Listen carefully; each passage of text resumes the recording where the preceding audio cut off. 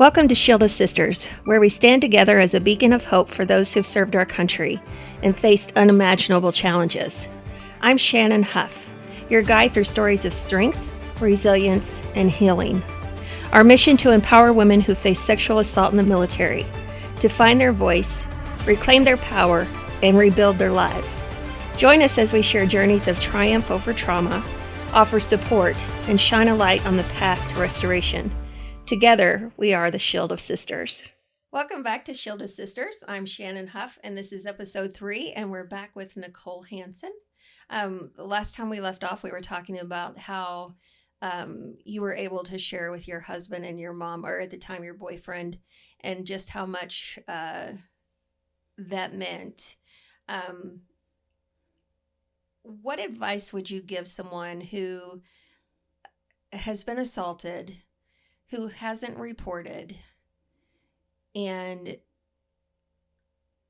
what words of encouragement or advice would you give them to report, even if it's just, I don't want anyone else to know, I just have to tell someone, I just have to get this off my chest? What are some words of advice you could share?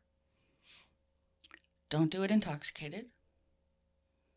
Make sure even if you're telling someone you just trust and not actually doing a report to the service, don't do it intoxicated, even if it feels like it would be easier to have some of that numbness. Mm-hmm. You will reap the benefit of your true strength if you say it fully sober and embrace the details that you do need to share. And though I get it, I mean, even coming now, as far into my healing as I am, I was anxious coming in the door. I get it. It's super hard. Reporting is so huge. And I know you said in the last episode, the unrestricted versus restricted didn't necessarily make a ton of sense. I think it does, because even if you aren't searching punishment for your assailant, let yourself have the documentation for no other reason than you deserve at least veterans benefits for what you've gone through. Absolutely. And I know that sounds, well, you're saying I'm going to get paid because I got assaulted. No. Technically, yes. Right. Technically, yes. But having that documentation at the time or relatively close to the assault will help get those benefits so that you can at least reap veterans therapy services more easily. And so even if you never feel like you even want your assailant to know that you reported and have nothing change in their life or career, as horrible as it may be to walk into another service member's office and share what happened to you, it will help for when you're 10 years down the road like I am. Yeah. And I didn't seek any veteran benefits for 30 years. Mm-hmm. My only saving grace, because, when they ask you for peer letters and all of that, if you haven't reported, was we actually went to a UCMJ, and he went to jail for 6 months. And as I said in the first episode, my story, it wasn't 6 months in the federal prison for assault. He was married, and so they considered he had an affair because Correct. It was date rape. Yes. Sitting there facing him was so excruciating, and reliving details and being asked, well, did you know his medical status? Well, no. Did you know this? Did you know he was married? No. And so I understand not reporting sometimes, because you're like, I'm going to have to be asked all these questions and feel to be like you somehow are at fault. Were you drinking? What were you wearing? And I know that's changed a lot as the education has gone on, and some things have changed, but there's still always that thought process there. What were you wearing? What were you drinking? Were you alone? Did you put yourself mm-hmm. in this situation to be at fault? Mm-hmm. There's one of our military academies teaches girls or women that are in the academy, how to not get raped on a date. But they don't teach the guys how to. Yeah, they don't teach the guys how to not rape on a date. The girls have to take that class. And the first time I heard that, I was like, you've got to be kidding me. You're teaching a class to women on how not to be raped. But yet you don't tell the men, don't be an asshole. Why would, mind-blowing. In our military academies, and we're having so many issues in our military academies. They're not even fully in the military yet, and they're experiencing MST. We've got ROTC instructors. We've got recruiters, and it just... Sometimes when I pass a recruiting station, I want to go, don't do it, But then it was one of the best experiences of my life, too, to serve. It was an honor to serve. I was betrayed, I had to sit in front of my assaulter and, help put him in jail. Didn't tell my parents for 30 years. I dealt with it all internally, I didn't tell family.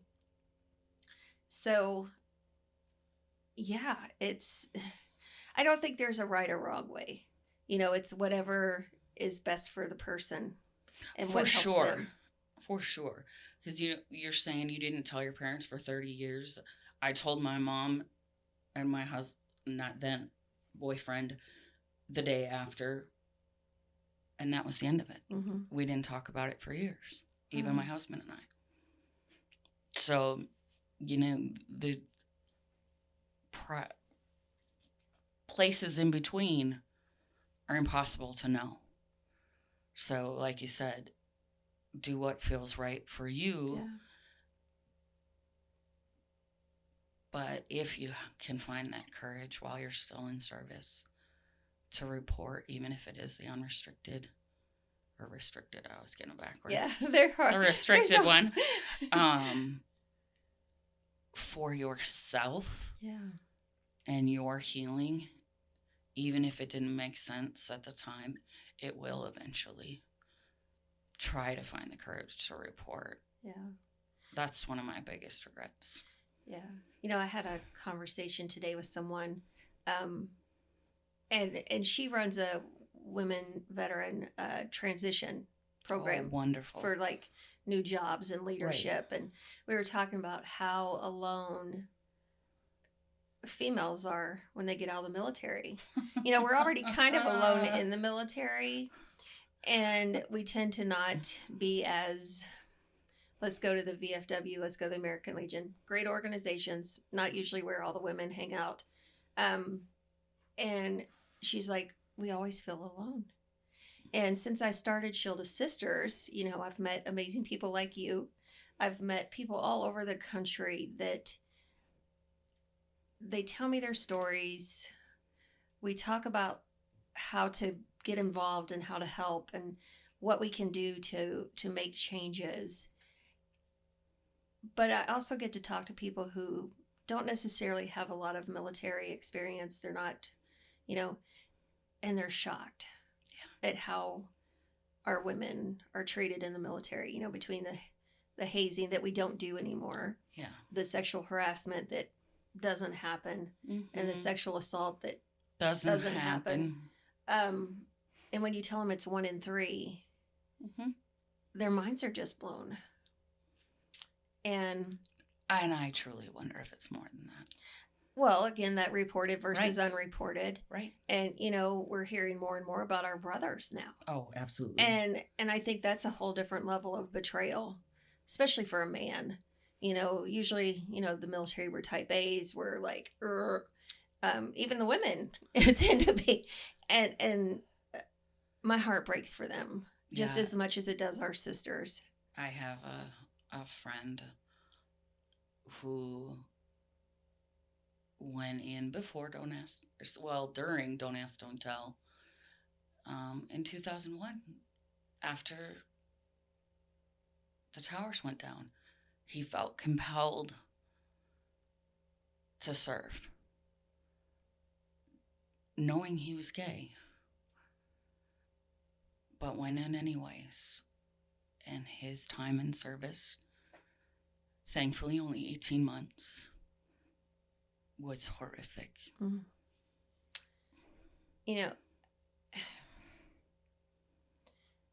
The things we do in the military are amazing. Like, what you did in the military was amazing. I did intel. I worked in a submarine force. We did some really crazy stuff, but we can be some pretty evil people too. We with the hazing, and I can't tell you how many things we did. And this was back in the 90s, so we got away with a lot more. But we're supposed to be protectors and defenders. And I say this a lot, we raised our hand to protect and defend, and we aren't always protected and defended against each other. And it makes it kind of hard. I know people are going to listen to this and say, I'd never want my kids to join. And that makes me sad, because it was one of the best experiences, and it was such an honor. And I did some really cool stuff, things that, you can't tell even to this day. And I'm sorry for your friend that was what he experienced, because it just shouldn't be that way. We're protectors and defenders, but we're also trained to do a lot of other stuff. And I think sometimes that really messes with who we are. Yeah, I don't know if there is an excuse or a reason, or if it's really that predators are that high in number in the general population, so mm-hmm. then they're going to be in the service too. Mm-hmm. And I don't know which is sadder. I don't know. And we've changed our recruiting standards. Mm-hmm. Used to, the recruiting standards were ridiculous. And, in order to maintain the war, we had to change our recruiting standards so we could get more people to join. And I think that's part of the reason we're having more issues. And I hate to say that, but when you change your standards, you don't know what you're going to get all the time. So quality is not necessarily better than, or quantity is not better than quality necessarily. So what else would you like to tell someone, if anything? We've discussed a lot about how important it is to find restoration, and important it is to just remember every day is a gift. Yes, to all of that. I will just share that I have made more progress in 2 years than in 20. It's there. There's resources and there's tools to help you get beyond those days where at some point every single day mm-hmm. you're seeing yourself being attacked, finding yourself on the floor. There is hope. I didn't know I would be in the place that I am now. Find the different tools, like you said, equine, art, intensive programs like some of the ones mm-hmm. I did. They're there. You just have to keep asking questions. Thankfully, these days, we have so much that's online or on text. You don't have to call anybody. Yeah. Calling everybody and trying to tell, this is why I have to do this. It's so anxiety producing, and I get it. So just keep searching online yeah. for your tools. Yeah, definitely. Definitely reach out to those resources. that's one of the big reasons we have our battle angels. That peer-to-peer support is so important, especially in this demographic that we're in, that we share. Unfortunately, I wish I just shared being a lady veteran with you. Right. Yeah. That's a cool enough club as it is. And honestly, that's so true, because I went to a women's vet event the other day, and I looked around the room and went, I wonder how many of these other women had the same story I do. Yeah. And that shouldn't be the case. No. When you have a board of directors and all but 2 women have been assaulted and you're a decent sized board, that's wrong. This is not the club we should need. Yeah. And I am thankful you are here. Yeah. And that I found you. But this is not a club that should exist. Yeah. Wish we didn't belong. Mm-hmm. Yeah. Just the sister veteran aspect. But I thank you for sharing. I know it took a lot of courage to come today. I know you paused before you got here. I did. And that's okay. That's part of those tools. Yeah. You stop and do, Yep. Like, we do what we have to do to get through our days. And, every day, again, is a blessing. Every day we find tools to help with triggers and anxiety. And every day we reach out when we might not necessarily feel like living another day is always a good thing. And, there's always the, calling 988 and hitting 1, reaching out to your battle angel, battle buddy, whoever. I'd much rather be awake in the middle of the night talking to somebody than the next morning waking up to a text message or a call from someone saying they're not here anymore. And I know that's a big thing going around right now. I'd much rather you call at 2 a.m. than, the next day you not be here. And it's so true. And so I would encourage anyone listening to this, if you've been triggered by what you've heard, if you're dealing with depression or PTSD or just so many emotions you don't know what to do, just reach out. My number's all over the website. We have our social medias where you can reach us anywhere. It's just so important. There's always that one person who is willing to sit there and listen as long as it takes. So, again, Nicole, thank you for sharing. I know it's not easy. You're a strong woman, and I know that today you've probably touched someone's life, and I appreciate that from you. Thank you. So we'll be back with episode 4. We're definitely working hard to share as much information as possible and just understand that this is not an easy topic. And the things we tell here are so important so everyone understands just how bad military sexual trauma can be. So we thank you for your time, and we'll see you next time. Subscribe now and join our community of survivors, advocates, and allies.